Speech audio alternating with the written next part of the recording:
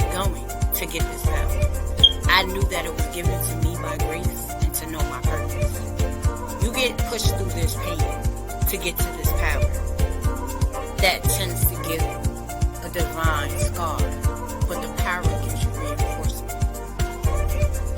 Pushing past the pain to let your voice be heard. Pushing past your fears to let your voice be heard. How much faith do you know to overcome your fears? You have blessings to someone to hear. There's a message in your words. There's a power in your voice. Keep pushing through your pain to keep that power. I keep my faith over fear to have the power in my voice to be heard. You have the power. You are resilient and you have the strength. Your voice is powerful and you need to know that you're powerful. Hold on to that power. Hold on to that power. Hold on to that power, which is the power in your voice. Use it to stand by grace. Use it to know your worth. And use it to be ready to show your knowledge. The power in your voice. A platform to be defined, which is inspiring, which is impeccable to give you knowledge, and which is a place for you to grow, to be walking in your purpose, being very amazing. The power in your voice. Hold on to that. Welcome, and thank you for tuning in to The Power in Your Voice. This is your host, Sheena Gadine, better known as the lady behind the mask.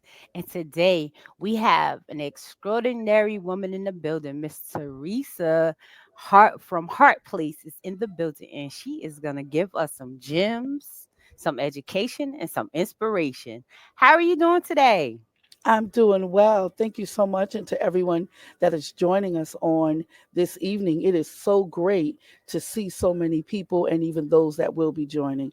But Sheena, I'm doing wonderful. Out, despite the snow, doing absolutely great. Right. I know it's snowing here too. And I'm like, okay, we just had some this weekend. We got some now, but I'm going to count my blessings. We are here to still see it. So I Ab- am not going to complain. Absolutely. Absolutely. So can you tell the people who you are and what you do? All right, absolutely. So I am Theresa Hedrington. First and foremost, I'm a mom, I'm a grandmother, I am a person who believes in uh, God. I believe that faith is important. And throughout my years in education, I have been touched personally and professionally in the area of special education, neurodiversity. And so that was something that was my sweet spot. And it brought me to a place where Heart's Place was birthed out of, wanting to bridge that gap that I saw.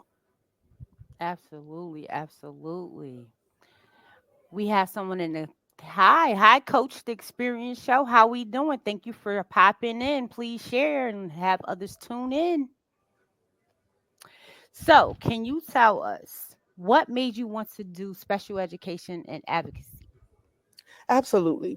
So it's interesting. Like I said, it's a personal journey as well as a professional journey. Being able to deal with children personally in my own life, from grandchildren to personal children who were um, having challenges in their own academics life, and being their advocate, it brought me to a place where there were times when I would have to go to school because I would get the call. For parents, we understand when you get the call, your child is doing this, your child won't sit down, your child is being defiant, things of that nature. And I had to come to a place where I said, wait a minute, there's something else that I'm not seeing here. So, Teresa, we have to go and look a little deeper in this. And even talking to, my children and saying, hey, listen, not only is how is school going, but tell me something different that you learned in school today. Tell me what was the atmosphere like while you were in class? How's your science class? How's your math class? I noticed that your grades are very different between one of the two. What's the dynamics? And when we begin to ask open-ended questions, it allows me to come to a place where I was saying, okay, there is a need here, and I need to be able to figure out how to meet that need. for so long. I had a child that was diagnosed as being dyslexic, and that wasn't the case at all. And how many of us on here have ever heard of orthographic processing? I I don't didn't even know know what what that I is. didn't, yeah. So even when you're talking about something as simple as that, I was like, okay, so what is orthographic processing? What does that mean in terms of my child, and what does that look like? Right? Right. So when we're talking about orthographic processing, it means it's her ability to recognize words, spell Mm, words, and put okay. words in their proper sequence. Her brain was going so fast, so she was excellent in math. Numbers wasn't an issue for her. Right. But when it came to the words, when it came to the letters, putting that in place, and how many of our children are misdiagnosed so many times because that's not something that we talk about. Right. So I did my due diligence to find, how can we combat this? What can I do not only as a mother, but also as an educator? Because I was in education at that time. I've been in special education and working in education for over 20 years. And so it's something that is ingrained in me. I'm the little girl that used to have, teaching her stuffed animals and T-shirts with the old school green chalkboard. If anybody know what that is, with the little. Yes. So it was something that it was near and dear to me. And out of that, I understood that I had to step up and educate not only myself, but those that were dealing with not only my child, but other children who were in a very vulnerable place. And so resilience came out of that for me, because Mhm. I was determined to go to meetings. If you have an open door policy, I'm going to be in the class. I want to hear how you're teaching. I want to see what does your atmosphere look like in creating a safe space for those that are being taught. And what is the pacing? What is the language? How are we being inclusive to the various needs of those that are in the classroom? But it's not only the children, it's the parents. So when I used to get those calls, you need to come into the office. Well, I would say, hello, how are you? Right. Thank you for reaching out. Now, how can I help you? Versus you calling me and say, you need to come into the school. It's automatically, we create a barrier Mhm. top of what's already there. So we have to figure out another way of doing this. And then I always said, if I'm not part of the problem, then I must be part of the solution. I pride myself on that. Absolutely. And a lot of times, we have to sit and ask the questions like, how can we help the parents that are dealing with this? Because you have the parent and the child that's dealing with a barrier. So it's like, Hmm. how how can we help? What can we do? And how you said, if we not the problem, we got to be the solution. So how can we make solutions for the problem that's going on, especially in our society today? Absolutely. So you as a parent, how did that impact you?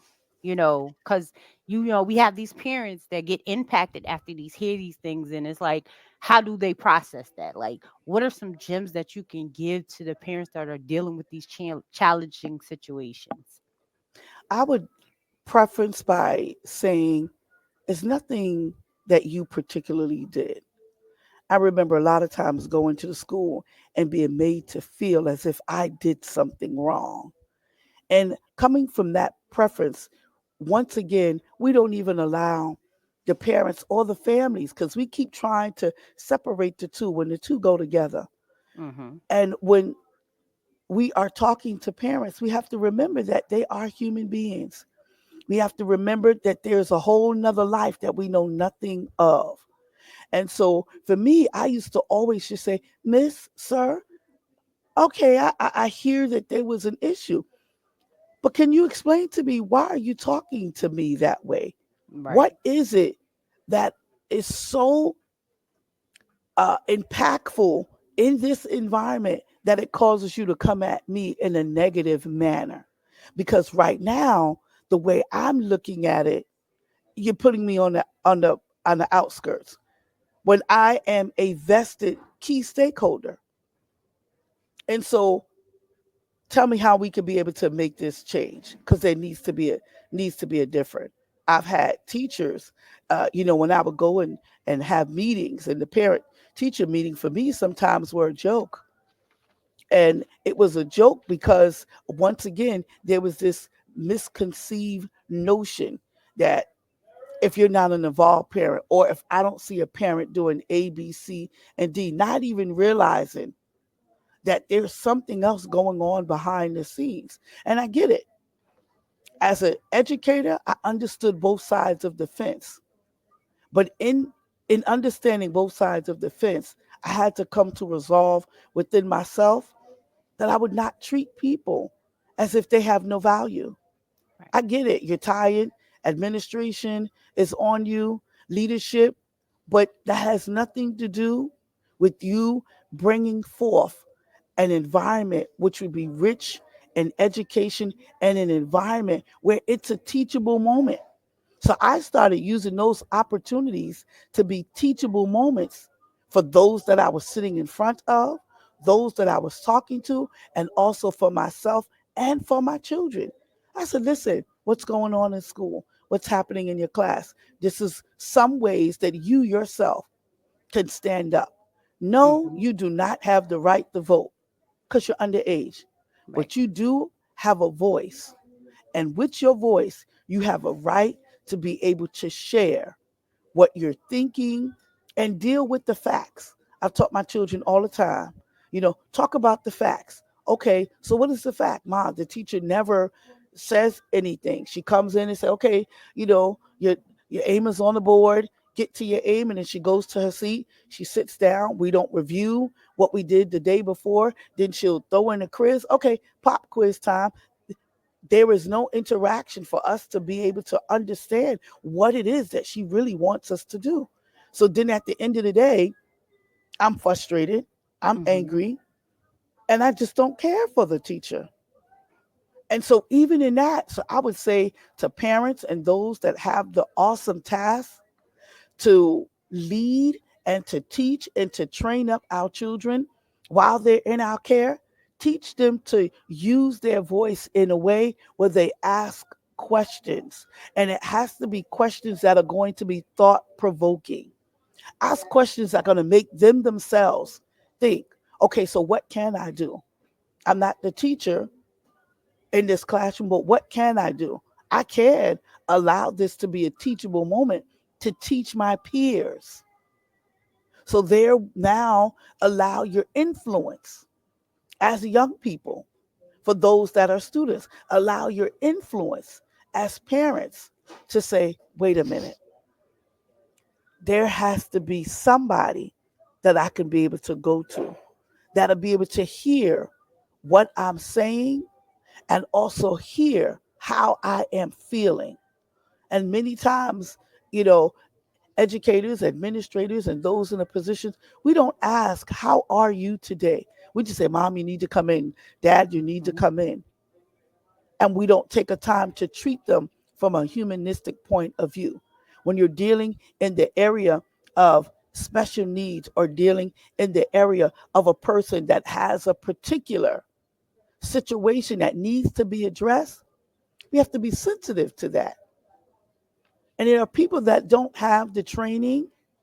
And it's okay if you don't have the training, whether you're a parent or you're an administrator, but would you be open and flexible enough to get it, to have an understanding? And just like I said with my daughter, my child having orthographic processing, I had to tell that to the teacher. So you want them to read, watch a video, and take notes. Tell me how that's going to work. You're Right. asking for various skills. And are we being open, and are we being fair and requiring these different skill sets all at one time? And can you, as a teacher, do the same? Because the video is going at a fast pace. So when the kids are saying, Miss, can you slow it down? Can you stop for a Mm-hmm. minute? Can you go back? No, we're on a time schedule. So I can't slow down the video. I won't go back. Or you didn't think about chunking the video and creating it in such a way where it would be fruitful to those that are watching it. So when the young people come out from that experience, because it's supposed to be an experience. Mm-hmm. And so I would challenge parents, ask questions. It's in your right to ask questions. Can you tell me, how are you teaching this class? Something real simple is, are there books? What material are you utilizing? What platforms are you utilizing? As a parent, do I have access to that so I can understand that I can be able to advocate? And when my child comes home, I can be able to help them while they're doing their homework, while they're doing whatever the assignment is or the project that has been given to them. Absolutely. We love all them gems. I hope y'all are writing down and taking notes. And if you have any questions for Miss Teresa, please make sure you are dropping the questions in the chat so that I can ask her the questions that you need to ask. Because we are here to answer anything you need to answer. Oh, my friend, Coach Keisha, she said she needs you on her show. Absolutely. Let's Keisha, I set it up. told her. She said absolutely, Keisha. So let me know if you need her connections or information, or you can follow the show and get the information to connect with her. And I will connect y'all, or y'all can connect through the chat. And listen, we here for it. So another question I have for you: tell Mhm. us a little bit about the Heart Place. Give us the dynamics of what the Heart Place is, what it do, and all the lovely things that it does for people. Okay. So, Heart's Place Services, as I mentioned before, was birthed out of a need. And so, out of that, I'm an advocate. I'm an advocate for families. I'm an advocate for organizations. I am an advocate for those where there is a gap. A lot of times we have schools, and not only schools, but other in, industries where they say we are inclusive. And I like to go and say, can I see your policies and procedures? How are you inclusive? What do you do that would include everyone? And so Hearts Place comes in, I do assessment, I do walkthrough, I have the experience of looking at an IEP, and within a few minutes, I can be able to point out some things to parents as well as to the teachers. I work with lawyers because we do have cases where, you know, there's a situation, it did not go the way it was supposed to go, or there were infractions. Mm. Institutions, and not only educational institutions, there are infractions all the time that they do. I was talking to a young lady who works in a clothing store, and she is a young lady who is autistic. And so, in her sharing that with her job, she wants to move into the position of management. She has the skill set, she has the warehouse, but, was told that they're concerned about her being autistic. And I said to her, did they actually say those words to you? Because right then and there, that's That's a an whole infraction. ethics. There's an infraction that has just been taking place. They've broken so many laws that are not even funny. And to the point where in that right now, it's just one of those things. She's just going with the motion. And so we Mhm. had a beautiful long depth in conversation. But once again, here is where Hearts Place step in and is able to be an advocate for this employee. And also, hopefully, I can be able to bridge the gap with the employer to be able to say we have to be able to look at this from a different lens. We have to be able to have another perspective about this. There has to be a point where we begin to build hope in an environment that will include everyone. And when we're talking about being inclusive, Hearts Place steps up on the scene, not only for the parent, not only for the child, but also for anyone who believes that there is a gap. And trust me, there's a gap. How many times I've rode on the bus system, MTA, and I've seen how drivers interact with those who are of the neurodivergent community, not understanding how to interact with them. The Right. police department, I have stepped in the stead for many of our young males, um, who unfortunate find themselves in a situation where I had to say, hold on a minute, I know this person. This Mhm. is what's going on. Okay, they're not listening to me. They have a hearing. They have mutism. They have selective speech. And so it's not that they're not obeying what you are asking them. Their brain is trying to process. Process it. And because they don't have the articulation of speech and language, they cannot begin to tell you that your screaming is now setting them off. It's Mhm. sending them into a frenzy. So physiologically, their body's responding where you think that they're being aggressive. It's something that is happening neurologically in their brain, in their body.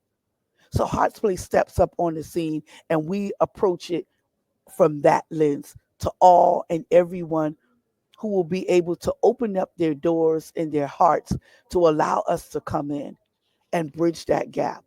Resilience, hope, and inclusion. We're talking about the journey. It's a journey. Some people, some businesses don't even know that they do these things. It's subconscious. They don't understand that there are subliminal messages that they send on a consistent basis. And so, Mm. when we're talking about being resilient, we have to also talk about withstanding some things. How many times parents say, I'm just done? How many Right. times have you had employers that say, man, if I get another PD, you got me sitting here for 6 and 4 hours. And what do I get out of it? What what's the benefit for me? What's the value? Hearts Place allows people, communities, businesses to see the value in dealing with the neurodivergent community. They're Mm. here. They've always been here. They're not going anywhere. So we have to be able to come to a place where we are able to acknowledge the value of the person. And for me, when we go in and I'm always saying, I see you. How many times have we been told, I see you? I see the situation, but I see you struggling in it. As a parent, as a father, let's talk about the males. How does neurodivergent affect the males? A lot of times when I'm talking to the social workers or I'm talking to those that are dealing with families as an advocate and even having experience in human services counseling, I say, did you think about the dynamics of the home? So if you're dealing with a child or a person who has ADHD or is autistic, how does that affect those living in their home? How does that affect their basic daily living? Do you not understand brushing their teeth can become a chore? Do you not understand how lighting can set them off? And how does that deal and relate and impact the families that are near and dear and that extend abroad? We have to start asking more questions. Heart's Place allows us to have a thought provoking platform so we can change our perspective. Heart's Place will ask the questions that a lot of people don't want to ask. I'm able to say, hey, listen, sitting in an IEP meeting, I have parents that are calling me from all over the world. Heart's Place is international and it's global. I will represent you, your family, your firm, and ask the question. Sometimes it's that insight that you don't even see. It's the little things. It's that small little crack and that little infraction that because it wasn't tended to, it is now exploded. It has now created a situation that had we addressed it in its infant stage, we would now have to deal with it in a grown up state. That's Education so is a big true. monster. That is We so got true. mhm. Now, question for those that say they might not know that they need your services, how would they know? How would they know they need you? So I'm glad that you asked that question. When I go to place and I do presentations, I always start out with, tell me a little bit about what you do.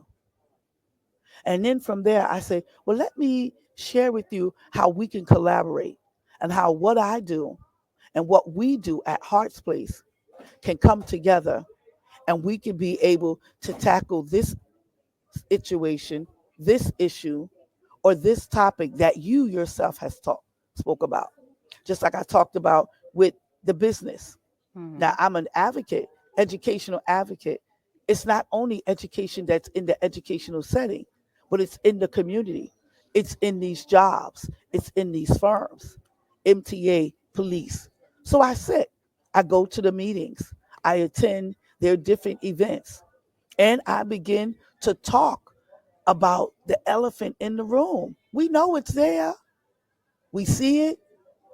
We try to tiptoe around it, try to slide under it. But while we're looking at this situation, this circumstance, I tell those that I come in contact with, it doesn't have to be a hard task. We can work together and be able to make a difference. I'm all about making a difference. My mission is to be able to shed light on what we won't talk about. If we don't talk about it, it hurts us. If businesses and industries won't talk about diversity and the neurodivergent community, they're not going anywhere. Right. Some of them have it in their family. So there's a stigma to if I don't talk about it, then it doesn't affect me as much. Right. Meanwhile, you go back home and you deal with it. It's in your home, it's in your face, it's on your job. When you have workshops, you're frustrated because you're like, I need this worker, I need this employer to come on and step up to the plate. Well, maybe we have to look at how we present what we want them to do differently so that they can be successful and we add value to not only them but also to the business. Absolutely. We got a couple of comments in here for you. You have Robin who says she's an amazing advocate for those who are need of service. Thank you, Robin, for tuning in. Thank Please you. make sure you're sharing. And she said, thank you, Robin. We have I think her name is Shawana. Your work is important. Advocates are definitely needed for many families, individuals with disability. Thank you. Thank you. Thank you. Can you name a challenge that you had to deal with and so far in your you said 20 plus years in this Mhm. journey? um, I'm laughing in my head. I can name a few. I'm sure. Probably could I write a would, book on it. uh, yes, that's coming too. I would say one would be dealing with regulations and laws. So when we think of the neurodivergent community and special needs, right? I tell people Mhm. IDEA is not just an idea. It is a federal law. It is something that we have to be able to hold under our belt and understand the purpose of it, right? So, because it's a law, how many times do we use the law and say, this is what I'm entitled to because the law says so? This is where my rights are being violated because the law states A, B, C, and D. And I talk to people and tell them all you need to do is just get a few of the what the law says under your belt. If the law says I'm entitled to an advocate, you can bring an advocate. I've had people say, oh, they said, Miss Theresa, you can't join because you're not part of the committee. I said, you have a right. According to your right, exercise the law. The law is there for a purpose. And we have to be able to understand why the law is there.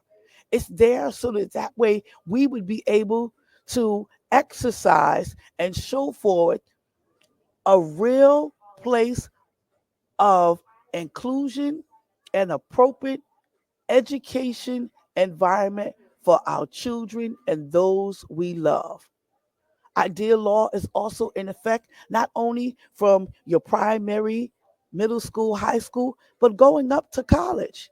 There is a student support services. It's the law. They have to put that in place. When we think of when we're on our work, there is a law that's in place for those who have specific abilities, right? It's in place for a reason so that they have to be able to adhere to the law.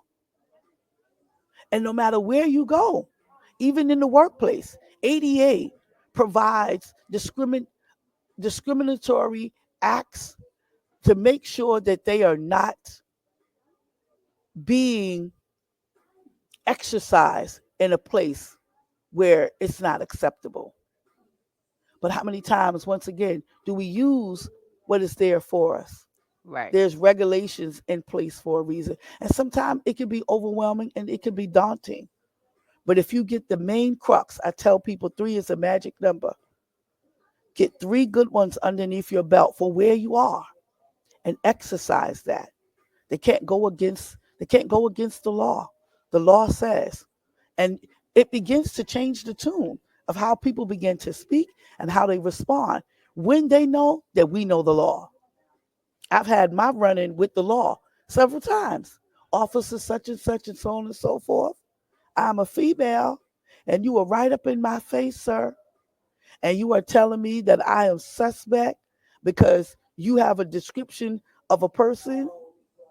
I said, no, I think I'm here with five black boys. Mm-hmm. That's suspect to you.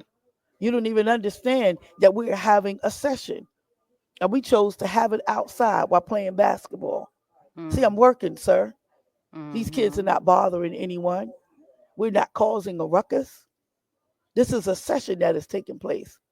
The law is in place. Utilize the law. And when the law no longer works, challenge it. Challenge it. We are standing on the backbones of those who either instituted the law or those that made changes to the law when it no longer worked. And Mm. then we have to be able to say, how can we expand this? We have to change our perception. We have to change our perspective. And we have to change our preference. Who do you choose to be? I choose to be a voice that will not be muted. I choose to make sure that on this journey, that my resilience, my hope, and inclusion, all of those things are key and that it shows forth so that the next generation, we have to leave a legacy. We're on this journey so that we can leave a legacy. It's all about the next. Absolutely. So the question is, what is next for our heart place? Like, it's 2024. So what's happening? I'm glad that you asked that. So, what's next for Hearts Places? I look forward to traveling and beginning to go to various different countries and different places and create an empowerment group and education for those places where they don't have advocacy or advocacy is not a very prominent thing. So, I think about North Carolina. North Carolina, I'm coming. Anybody know North Carolina? I'm coming. It's important. If you think about different laws that are in Florida, so for these different states that have the neurodivergent, and once again, they're all over. Right. Nigeria, I'm coming. So it's about expansion globally and really being able to show and create a group and educate those who are willing to learn and even those who don't even know that it's something that needs to be voiced. Absolutely. We have Tavika Benjamin. She said, and what a voice it is. Thank you. Then you have, I think her name is Shawana. She said, that's right, a voice that will not be mute.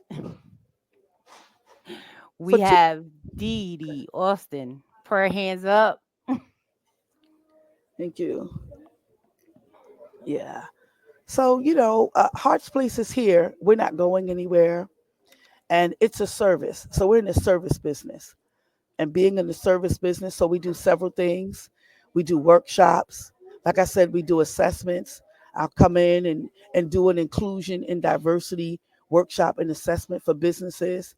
I represent families and schools in the IEP as well as what's called as a 504 form, which is a step before you get to um, having an IEP. It's a civil right, and a lot of parents don't know that as well. It is your right once again to be able to say these are services that I will need, and before they do the testing and assessment, you are entitled to be able to get a 504 form, whether your child has a physical condition.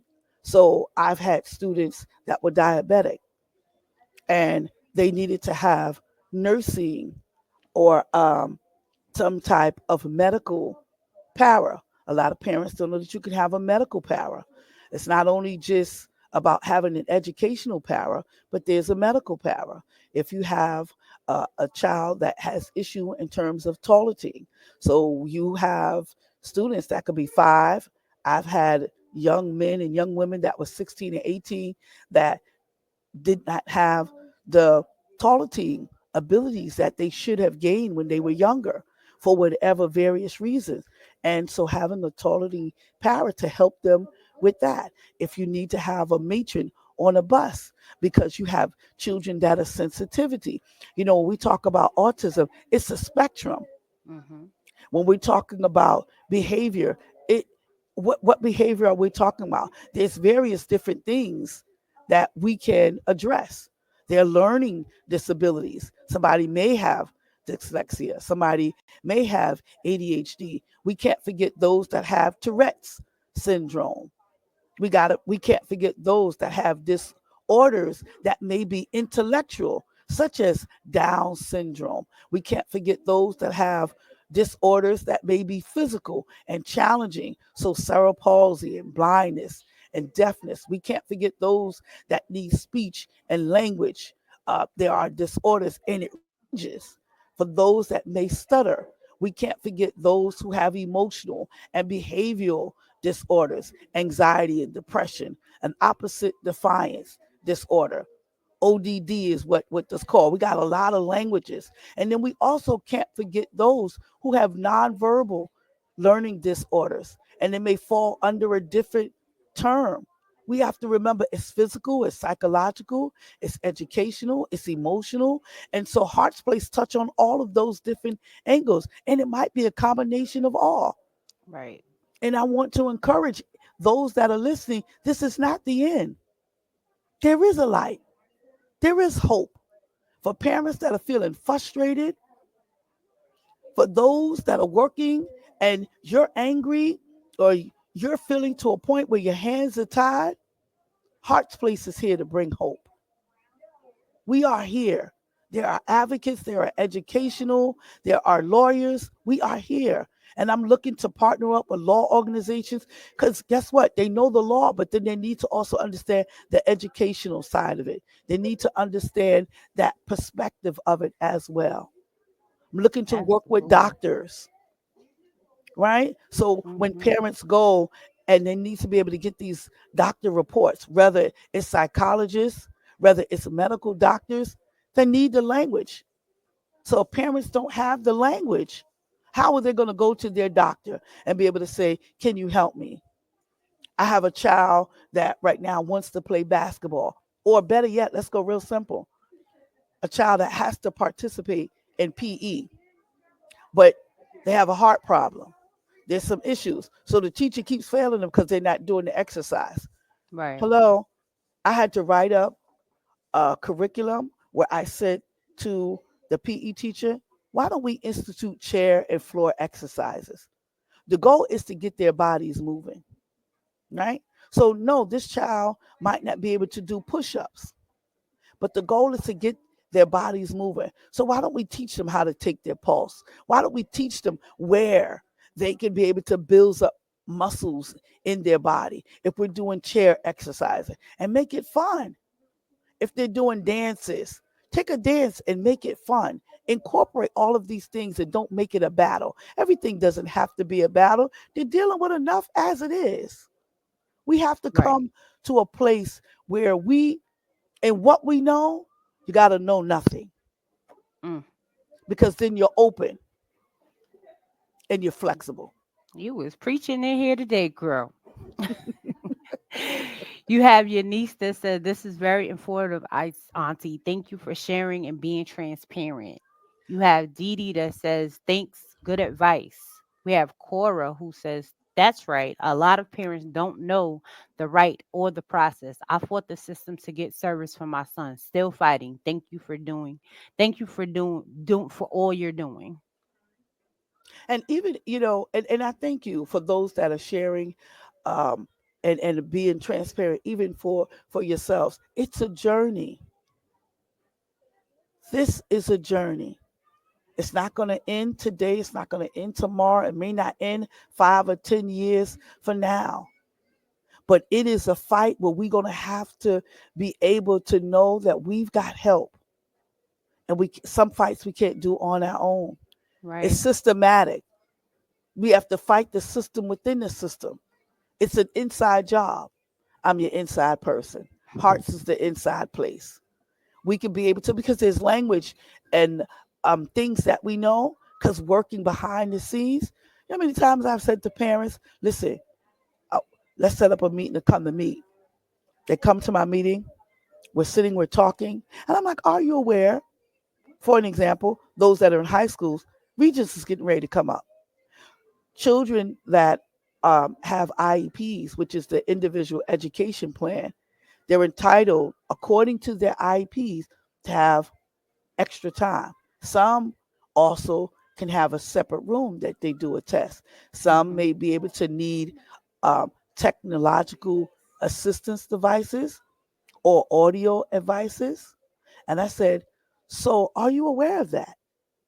And then I would have a meeting with the teachers or administration. These are our students. Regents is coming up. Are we prepared for that? Do we have all of these things in place? And it's not an infraction against the law, it's an enhancement of the law. So you can Right. be able to say, we did meet the needs of this child, this family. And because we've done that, we're seeing growth. So, no, they're not coming into the classroom flipping up tables. I mean, students, I've had, Miss Theresa, why I'm not in your classroom? Miss Teresa, why they got me in here with this teacher who Right. screams, or this teacher who's on their phone? Uh-oh. Because the children going to tell it. Mm-hmm. And when they tell it, we have to be willing and being open and honest to say, let's take a look at what's going on here. You know how many parents, they say, oh, mom, dad, grandma, auntie, uncle, we just want you to come in. And you got parents lined up just signing papers. I said, did you Mm-hmm. know what you just signed? Right. No, mom, we just need you to sign the X. Sign on the highlighted line. No, we're not doing that to people no more. It's unfair. We're not doing that no more. Where's the equity in that? They don't even know Mm-hmm. what they're signing. No, this journey, we're going to be resilient. We're going to operate from a place of hope, and we will be inclusive. Absolutely. Do you have a success story that you would like to mention? Because you've done 20 years. So I know you have several, but do you have any that you would like to mention? I do. Mm. I do. So I have two. I have a young lady who, uh, from middle school into high school, um, had a heart issue, and she had to have a open heart surgery. And when she came to our school, there was various different medical needs as well as academic needs. She was deficient in many areas, so her behavior was an issue. She had to be weighed every day. If her weight went below a certain weight, we'd have to call EMS emergency Mm. immediately. If her weight went above a certain number, we'd have to call EMS, because that means there was something going. Her heart was working extra hard. Mm. And being an advocate for her and her family, where even her mom was frustrated, she would come in and be ready to fight. Mom got banned from the Mm. school because she was threatening Your folks. thing votes. So being able to advocate for that family, when she went in and had multiple surgeries. By the time she came through, I was like this by her bedside. And she was like, Miss Teresa, what are you doing here? I said, I told you, I'm here. I would be with you. And I must say that she has gone on. She's doing well. She is excelling in her academia, and she's still here. And I'm Mm. so grateful that everything went well. Mom now is able to use her voice where she's not screaming and Mhm. cussing and yelling at folks because she said, "Do you know what it means? My child died 3 times in my arms." No Mm. one heard that. You just heard mom screaming and Screaming. yelling. But you didn't hear that this is a mom whose child died 3 times in her arms. Right. Can you imagine the trauma with that? No. So being able to work with mom, where she was able to be able to come back in the building, meet with her downstairs, and kind of walk her through that. My other success story is there's a young lady I've been working with since high school. She is a person who also is on the autism spectrum, and she is an amazing artist. Oh, Her name is Diamond, and she is a diamond in all that she does. She shines bright, and we have fought through high school. She is gone through college, and she's getting ready to graduate this year with her bachelor's degree. And let me tell you something. She would call me 2 o'clock in the morning when she, is feeling uneasy and she mm-hmm. has panic attacks or she's feeling anxious. 2 o'clock in the morning, and we would talk. We would do our breathing techniques. We've been on the phone for hours. I've gone to her college, sat in her classrooms with her, and that's because her and her family was open enough to say, you know what? Not only do we need help, but we want help, and this lady right here is able to help us. And so I'm so proud of both of these young ladies. One name was Diamond, and the other young lady name is Chelsea. And Mm. so this is something where the families need to be applauded too. Mm-hmm. Because guess what? On this journey, how many sleepless nights they've had? Do you understand the agony and pain that they have endured? Just trying to understand how can I meet where my child is now? Mm-hmm. You have to weigh your child every morning. They have to get on the scale every morning. I would have to go down and meet with the nurse and say, don't forget, we got to catch so and so when she comes through the door. But to be able to say to these families, you are not alone. I see you. You're on this journey and I'm on it with you. I'm on it Absolutely. with you. I love it. I love it.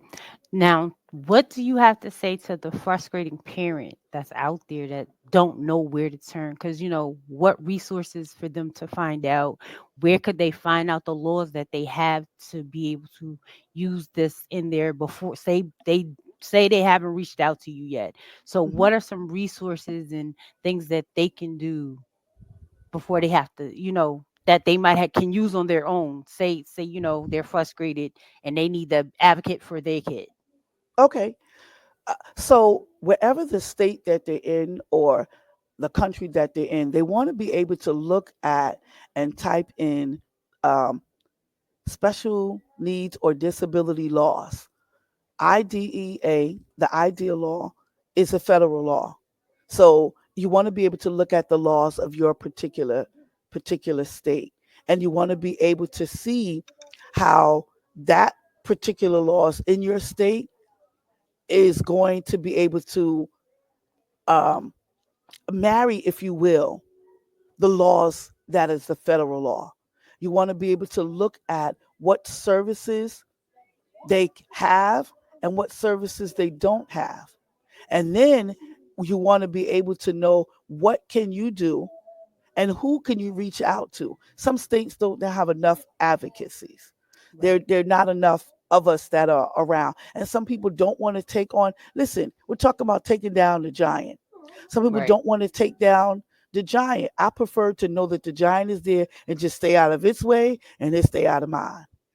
Right? So when we're looking at in our different states, if we're looking at North Carolina, you want to be able to say, okay, what are the laws?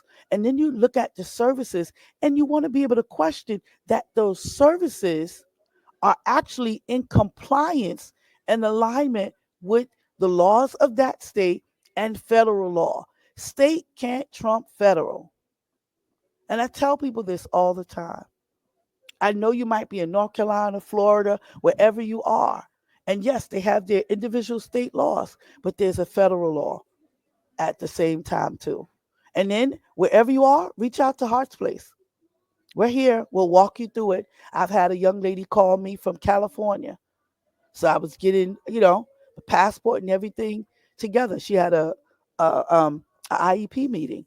And Mm, because it was virtual, I said, mhm. okay, add me in.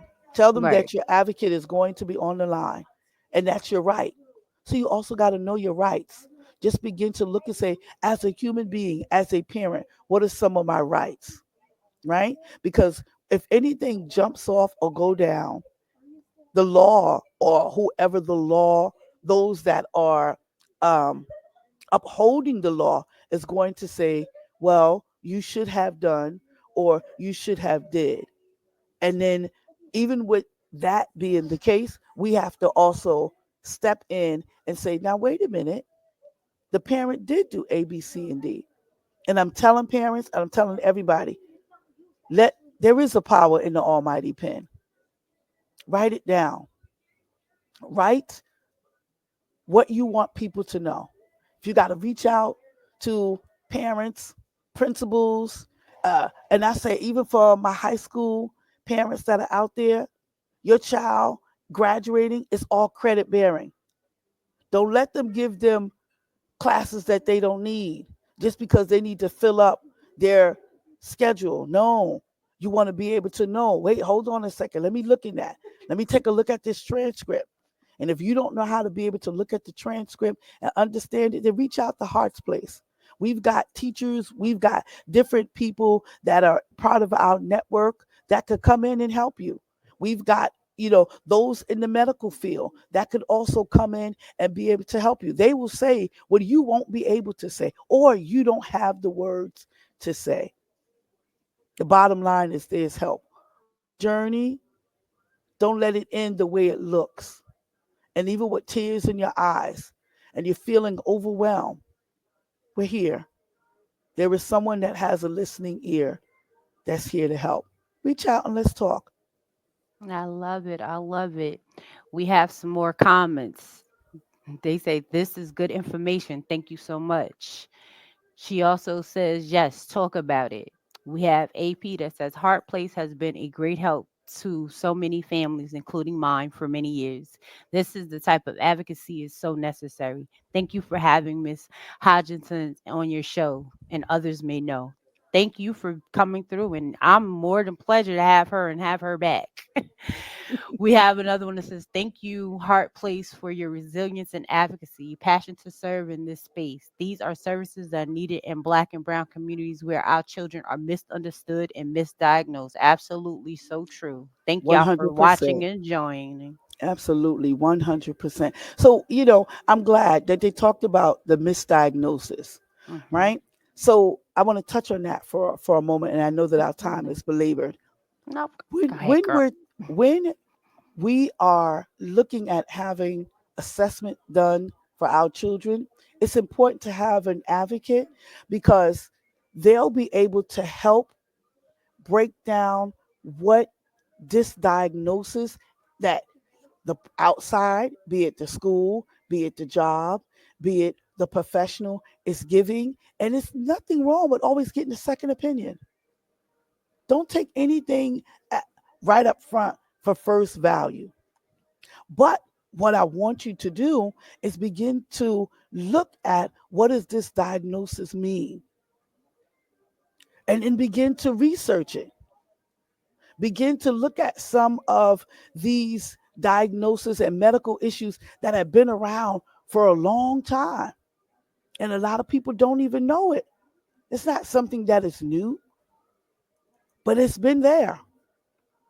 And so, absolutely, as we're talking about misdiagnosing, like I said, even with my own personally, being misdiagnosed for years as um, having one thing when it actually was another.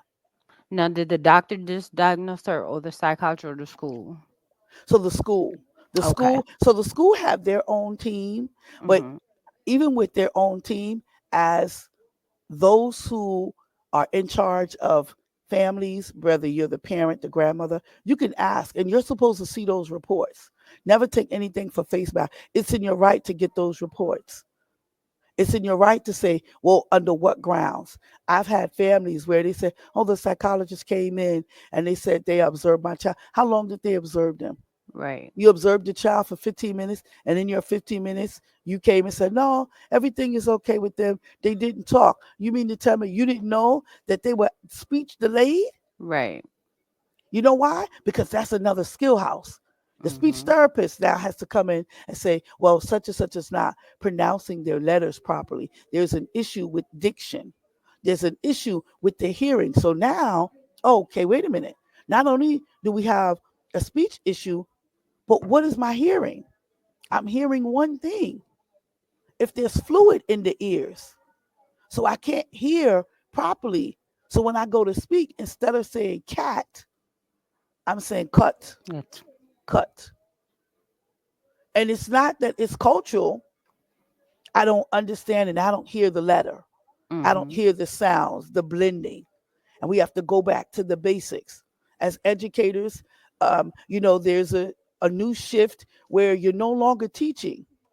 You're no longer teaching the task to prepare children for a world of work and life, but you're teaching children to take a test. Right. I personally have an issue with that. I And agree. I stand on everything that a parent, families, so that they can live a more fruitful and productive life. We have to shed light on this journey of the needs of those that are neurodivergent. It just means that their brain process things differently. And when I say it that way, I say everybody in this room is neurodivergent. Right. And there's nothing wrong with that. Let me just meet you where you are. And that's absolutely true. It's so many times we all do process the thing because we all learn differently. Yes, we do.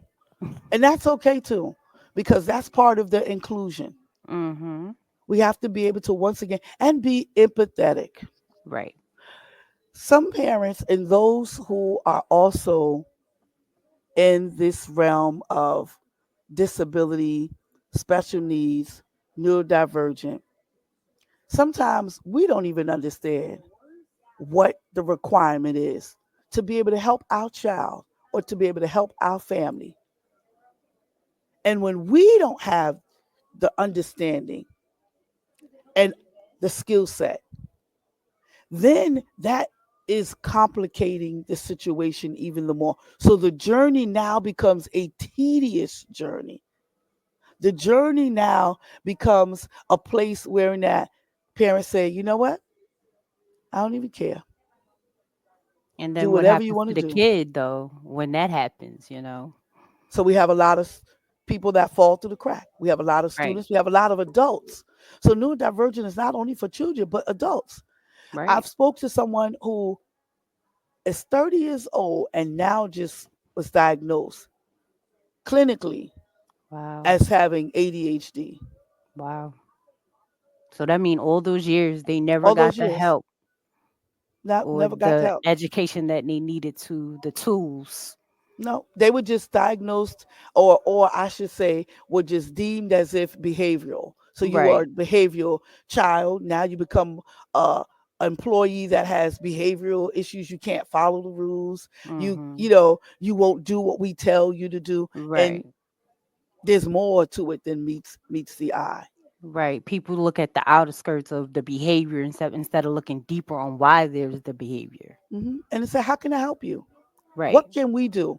How can we work together? Oh, such and such. I noticed that you are amazing on those spreadsheets. Wow. Mhm. You instituted something that we didn't even think about. And now you've added value to the company, to the business. So your spreadsheet is amazing. You know those numbers back and forward. But I realized that on the communication side, written word, we need to work on that. So I would love to send you to a training that's going to expand and help you to improve in the area of your English writing or in the writing segment. That's inclusion. That's building hope. That's being able to show that there is a resilience, that on this journey you're not alone. Absolutely. Any final thoughts? I would leave this one thing by saying you are worth more than you can imagine. You may have to fight, keep fighting. This journey is a never ending journey. We are lifelong learners. And as you become and as you continue to be a lifelong learner, know that you're not alone. There's someone who's been where you are, who has been in your shoes, and there is someone who could be able to help you walk this journey out. Thank you so Mm, much on today for your time. It has been my honor and my privilege. absolutely. Can you tell them how to connect with you and how to find Heart Place? Absolutely. So if you want to reach out to Heart's Place, I am on Facebook, I am on Instagram. It is Heart's Place um, Services, and you could email me at heartsplace1@gmail.com. You can also find me on my website, which is Heart's Place. And anybody that Absolutely. wants to reach out to me, we can also put that information in the chat, We please, for sure me. can. Mhm. We are going to make sure we get all her information into the dialogue of the show afterwards so that y'all can connect with her, follow her, network with her, and all those good things. It's been a pleasure and a jewel to have you on here. Thank I just you. want y'all to know, and please tune in. It will be a part two coming because it was not enough time to get all the information. So we got to break these down in parts. And listen, it's been an awesome interview, and I can't wait to have her back. Thank you, everyone, for tuning in. I thank you for sharing, dropping in. Please share because this message is for someone else that you might know that needs to hear this. As always, I have been your girl, Sheena Godine. This has been The Power in Your Voice. We're always here to inspire, educate, and motivate. We will see you again, and thank you for tuning in. Thank you.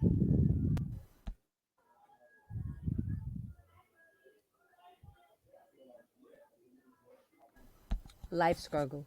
When life tries to fight you back, you have to be ready to fight back. You have to be ready to stand your ground and be able to. Unfortunately, life is and bold. We learned that there are people